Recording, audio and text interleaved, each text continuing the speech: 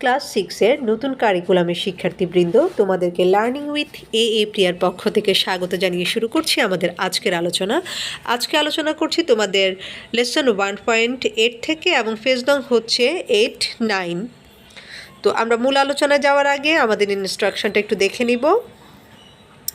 আমাদের ইনস্ট্রাকশনে দেওয়া আছে, রিড দ্য কনভারসেশনস, অর্থাৎ কথোপকথনটি পড়ো, and identify the features of formal and informal conversation in pairs.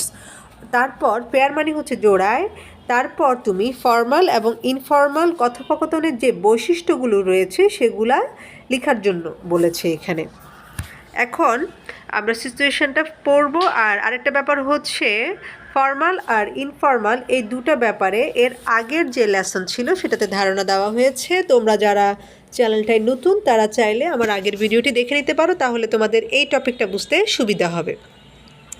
আমি এখন মূল আলোচনায় চলে যাচ্ছি। সিচুয়েশন 3-তে আমাদের লেখা আছে, a conversation between a parking guard Salam and a Kenyan student Ali who is studying at Dhaka University about the parking of a bicycle. আচ্ছা, আমি একটু ছোটো ছোটো করে ভেঙে ভেঙে বলছি তোমাদেরকে। কনভারসেশন একটি কথোপকথন, বিটুইন আ পার্কিং গার্ড অর্থাৎ পার্কিংয়ের জন্য যে গার্ড বা প্রহরী নিযুক্ত রয়েছে তার নাম হচ্ছে সালাম, এবং ঢাকা ইউনিভার্সিটির একটা কেনিয়ান স্টুডেন্ট বা কেনিয়ান একজন ছাত্র ঢাকা ইউনিভার্সিটিতে পড়ে, তার নাম হচ্ছে আলী। তাদের মধ্যে একটা কথোপকথন হচ্ছিল। তো কথোপকথনের বিষয়টা হচ্ছে about the parking of a bicycle, অর্থাৎ কীভাবে বাইসাইকেল বা তার হাতে যে সাইকেলটা দেখা যাচ্ছে সেই সাইকেলটা সে কীভাবে পার্ক করবে সেই ব্যাপারটা নিয়ে ওই যে পার্কিং গার্ড সালাম মিয়া এবং এই যে কেনিয়ান স্টুডেন্ট আলীর মধ্যে একটা কথোপকথন হচ্ছে। ইট গোজ লাইক দিস। কথোপকথনটি কেমন সেটা হচ্ছে তোমাদেরকে এখন নিচে দেখাচ্ছে। সালাম বলছে, হেই ইউ আর পার্কিং রং। হেই, তুমি বা আপনি যেটাই বলি, আপনি ভুলভাবে পার্ক করছেন বা আপনি ভুল জায়গায় এটা রাখছেন। আলী বলছে সরি, মানে দুঃখিত, মানে কি বলছে সে বুঝতে পারে নাই। তো আমরা যদি কোনো প্রেক্ষাপটে কারোর কথা বুঝতে না পারি তখন আমরা এভাবে সরি দিয়ে একটু প্রশ্নবোধকভাবে বলতে পারি, সরি মানে আমি বুঝতে পারিনি, আপনি আরেকবার বলুন। তো সালাম বলছে, you shouldn't park your bicycle here. আপনি আপনার বাইসাইকেলটা এখানে রাখতে পারেন না। This place is for people with disabilities. এটা হচ্ছে যে সমস্ত লোকেরা অক্ষম তাদের জন্য, এই জায়গাটা হচ্ছে তাদের জন্য। এখন ডিসএবল মানে হচ্ছে অক্ষম। আমি প্রতিটা ওয়ার্ডের শব্দ অর্থগুলো তোমাদেরকে বলে যাওয়ার চেষ্টা করছি। তোমরা একটু যে শব্দগুলো তোমাদের জন্য নতুন মনে হচ্ছে সেগুলি চাইলে নোট করে নিতে পারো। আর আরেকটা ব্যাপার হচ্ছে, তোমাদের এই বইয়ের 153 নম্বর যে পৃষ্ঠা, সেই পৃষ্ঠায় তোমাদের গ্লোসারি দেওয়া আছে, অর্থাৎ এই শব্দের অর্থগুলো দেওয়া আছে।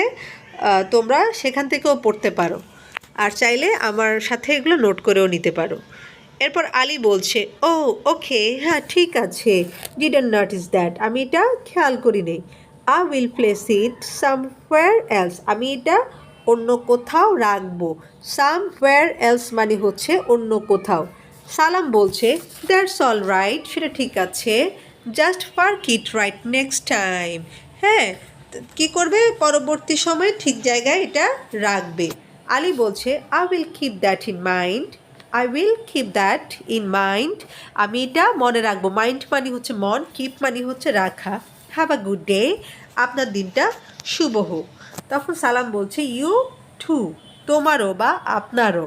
এখন দেখো, আমরা যদি কারো থেকে বিদায় নিতে যাই তখন কিন্তু তাকে বলতে পারি যে হ্যাভ আ গুড ডে, আপনার দিনটা শুভ হোক। এখানে একটা নোট লিখে দিয়েছে, দেখো কি লিখেছে।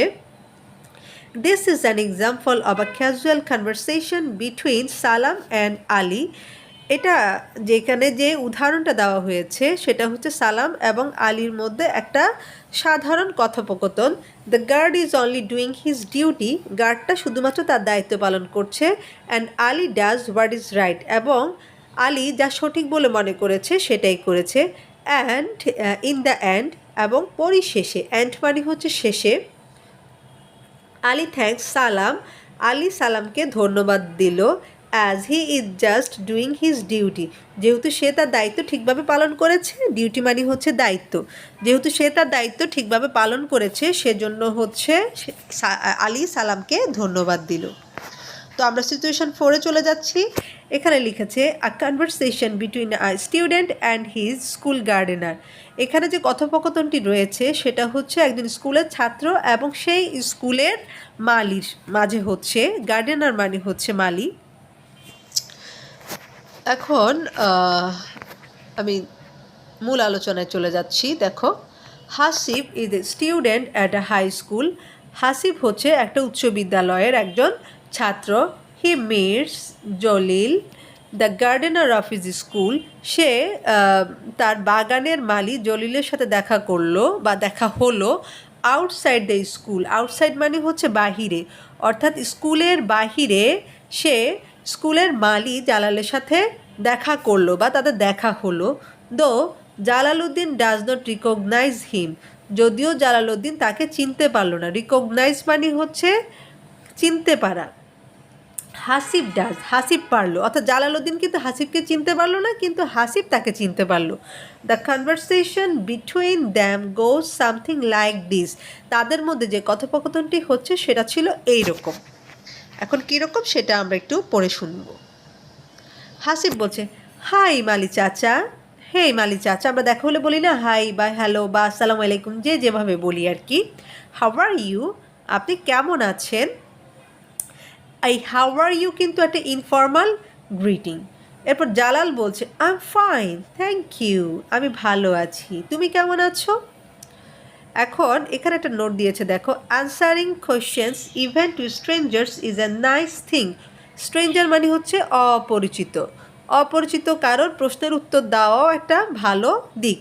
Make sure to thank them if they compliment you or ask about your wellbeing. Wellbeing মানে হচ্ছে সুস্বাস্থ্য বা তোমার শুধু স্বাস্থ্য বলা যায়।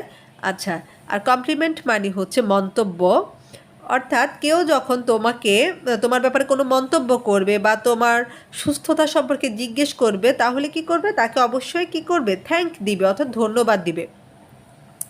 But try to avoid counter questions if possible.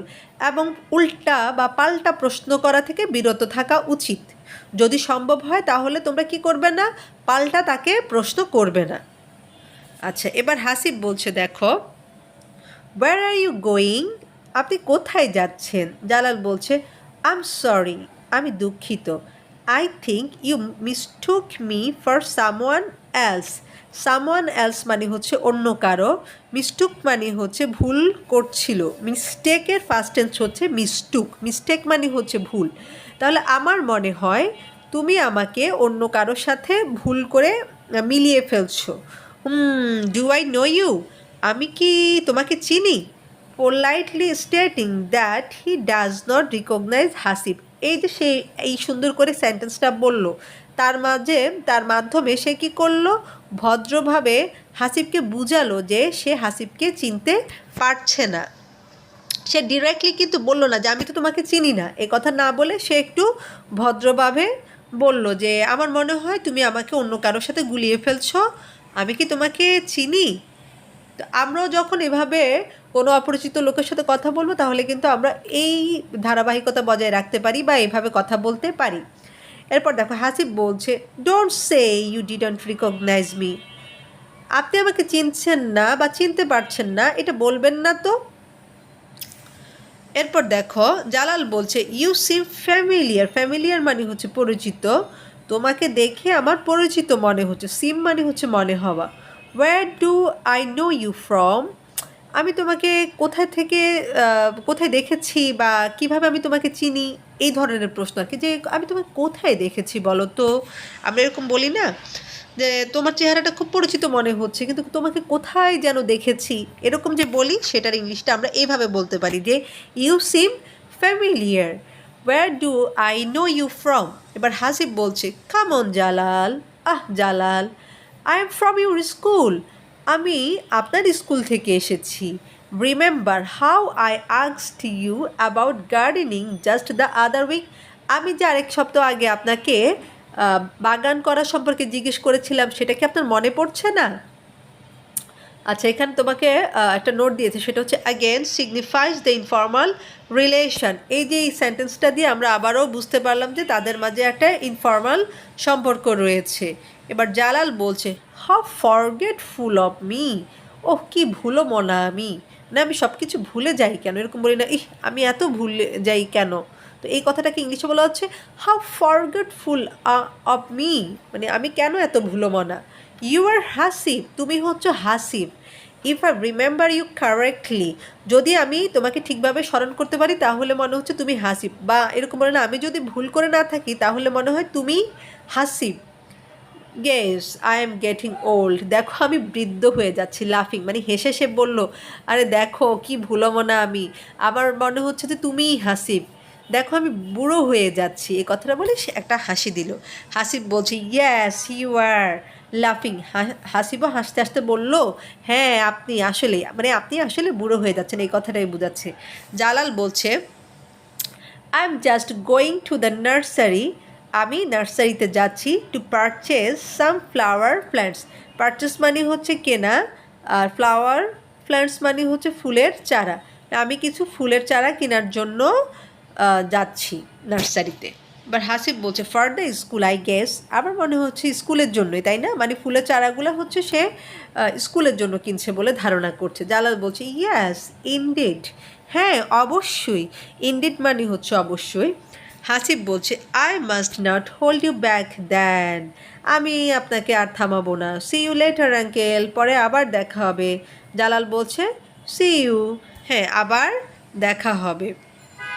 এখন দেখো এখানে কিছু ব্যাপার আছে, ব্যাপারটা হচ্ছে তোমরা যারা হচ্ছ এখনও খুব ছোট আছো, সিক্সের যারা, তো তোমাদের যদি ইংলিশে ভালো করতে হয় তাহলে তোমাদের সবচেয়ে বেশি যে ব্যাপারটা জোর দিতে হবে সেটা হচ্ছে ভোকাবুলারি অথবা শব্দার্থ। যে যত বেশি শব্দার্থ শিখতে পারবে তার ইংরেজি শেখার ব্যাপারটা তত বেশি সহজ হবে।